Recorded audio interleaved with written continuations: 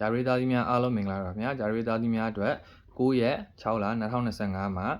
15ရက်6လ2025အထိတပတ်တာကံကြမ္မာလေးကိုကျွန်တော်ကလီနိုမှာကတ်ကလေးဆွဲပြီးတော့ကြည့်ပေးမှာဖြစ်ပါတယ်ကျွန်တော်အကောင့်လေးကိုကြည့်နေတဲ့သူတွေမှာဂျာရီသားကြီးတွေပါတယ်ဆိုလို့ရှိရင်အကောင့်လေးကို follow လေးလုပ်အသေးလေးပြီး comment လေးရေးပြီး share သွားဖို့လည်းမမေ့ပါနဲ့ဟုတ်ပြီးတော့ကျွန်တော်နေ့စဉ် hot season တွေကိုတင်ဆက်ပေးနေကြဖြစ်တဲ့ကျွန်တော်ရဲ့ Lino Man ဆိုတဲ့ page လေးကိုလည်း Facebook page လေးကိုလည်းလာလည်ပေးပါအောင်ပြီးတော့ကျွန်တော်ရဲ့ဒီ TikTok မှာအချိန်မရလို့မကြည့်နိုင်တဲ့သူတွေရှိတယ်ဆိုလို့ရှိရင်လည်း YouTube channel မှာလာပြီးတော့ကြည့်လို့ရအောင်ကျွန်တော် YouTube channel လေးလည်းရှိပါတယ်အဲတော့ YouTube channel လေးကိုလည်းလာပေးပါအောင်ခင်ဗျာ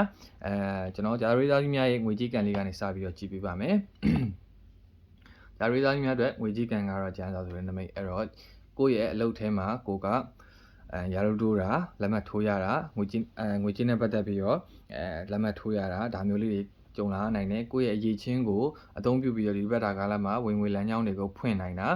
ငွေကြေးနဲ့ပတ်သက်ပြီးတော့စုပ်ကိုင်နိုင်တာဒါမျိုးလေးတွေဖြစ်လာနိုင်တဲ့တော့ကြောင့်မို့လို့ဒီဘက်တာကာလမှာငွေကြေးကန်လေးကတော့ကောင်းတယ်လို့ပြောလို့ရပါတယ်ငွေကြေးနဲ့ပတ်သက်ပြီးတော့အရန်စိုးရင်စရာမရှိဘူးဆိုပေမဲ့ကိုကတိချာမတုံးတက်မကင်တက်ရင်တော့ဒီဘက်တာကာလမှာငွေကြေးကပြန်လဲဆုံးရှုံးသွားမယ်ဆိုတော့နမိတ်ကိုမြင်ရတယ်အဲ့တော့ငွေကြေးနဲ့ပတ်သက်ပြီးပြပြဝဝရရှိစေဖို့ငွေကြေးကန်လေးပြပြဝဝတက်လာစေဖို့အတွက်မိမိရဲ့အိမ်ကဖျားမှာပေါ့နော်ရေအိုးတစ်လုံးနဲ့ကိုရေပြည့်ဖြည့်ပြီးတော့ဖျားမှာတူပေးပါအဲ့ဒါဆိုလို့ရှိရင်တော့ငွေကြေးကန်လေးပြပြဝဝကောင်းလာမှာပဲဖြစ်ပါတယ်ခင်ဗျာပြီးတော့ကျွန်တော်ဂျာရီသားကြီးများရဲ့အခြေရေးပေါ့နော်အခြေရေးကတော့ဒီဘက်တာကာလမှာစိတ်ပင်ပန်းစရာမရှိဘူးစိတ်ချမ်းမြေ့စရာ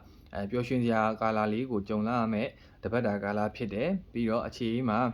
ဟိုကကိုယ့်ရဲ့ချစ်သူနဲ့နားလည်မှုတွေရှိနေမယ်တပတ်တာကာလဖြစ်တဲ့အတွက်ကြောင့်မလို့ဆိုရင်စရာတော့သိမရှိဘူးအဲ့တော့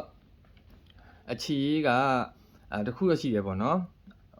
်ဒီအခြေနဲ့ပတ်သက်ပြီးတော့ကိုကအစိမ့်နေတက်တာရှိတဲ့အတွက်ကြောင့်မို့လို့အသွားမတော်ရင်တော့တလန့်ဖြစ်တတ်ပါတယ်အဲ့ဒါတော့အနိုင်ငယ်တတိထားရမယ်တပတ်တာကာလဖြစ်တယ်အဲ့တော့အခြေကံမှာပို့ပြီးကောင်းမွန်လာသေးဘူး FA တွေပါရှိတယ်ဆိုလို့ရှိရင်လေဒီစားတွေပါရပြီးတော့မျက်နှာပွင့်လာသေးဖို့အတွက်ဒီတပတ်တာကာလမှာမိမိရဲ့မွေးနံထောင်းသွားပြီးတော့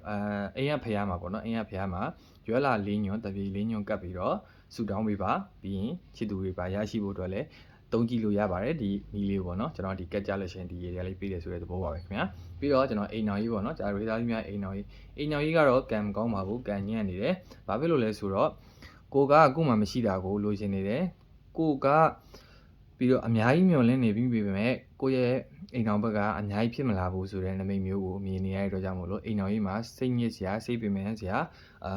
ဒေါသထွက်စရာဒါမျိုးလေးတွေကြုံလာနိုင်တဲ့အတွက်ကြောင့်မို့လို့အိမ်တော်ကြီးကံကတော့အတော်လေးကိုညံ့နေတဲ့ထဲမှာပါတယ်ကိုကမျှော်ပဲကြည့်နေရတဲ့အဆင့်မှာပေါ့နော်ပြီးတော့အိမ်တော်ဘက်ရှိနေတယ်ဆိုလို့ရှိရင်အိမ်တော်ဘက်ကကိုနားမှာမရှိဘူးအဝေးကိုထွက်သွားတတ်တဲ့တပတ်တာကာလဖြစ်တဲ့အတွက်ကြောင့်မို့လို့အိမ်တော်ဘက်ကိုမျှော်ပဲကြည့်နေရတယ်ဆိုတဲ့သဘောမှရှိတယ်ပေါ့နော်အဲ့တော့အိမ်တော်ကြီးကံလေးကအတော်ညံ့နေတယ်အဲ့တော့အိမ်တော်ကြီးနဲ့ပတ်သက်ပြီးကံကောင်းလာစေဖို့အတွက်မိမိရဲ့မွေးနံထောင်းခြားစာပရိနံထောင်းမှာမြည်တိပန်းပေါ့နော်ဘယ်ပန်းပဲဖြစ်ဖြစ်တက်စီမိမိရဲ့တက်စီလှူပြီးတော့အိမ်တော်ကြီးကံလေးတက်လာဖို့အတွက်ဆူတောင်းပေးပါဒီဘက်တာကာလမှာအိမ်တော်ကြီးကံတော့ညံ့နေပါတယ်ပြီးတော့ကျမ်းမာရေးဂျာရီသားကြီးများရဲ့ကျမ်းမာရေးကတော့တိတ်ဆိုးဆိုးရွားမရှိဘူးခြေထောက်နဲ့ပတ်သက်ပြီးတော့အနေငယ်ထိခိုက်ဒဏ်ရာလေးတွေရတတ်တဲ့ခလုတ်တိုက်တာကနေဖြစ်တတ်တဲ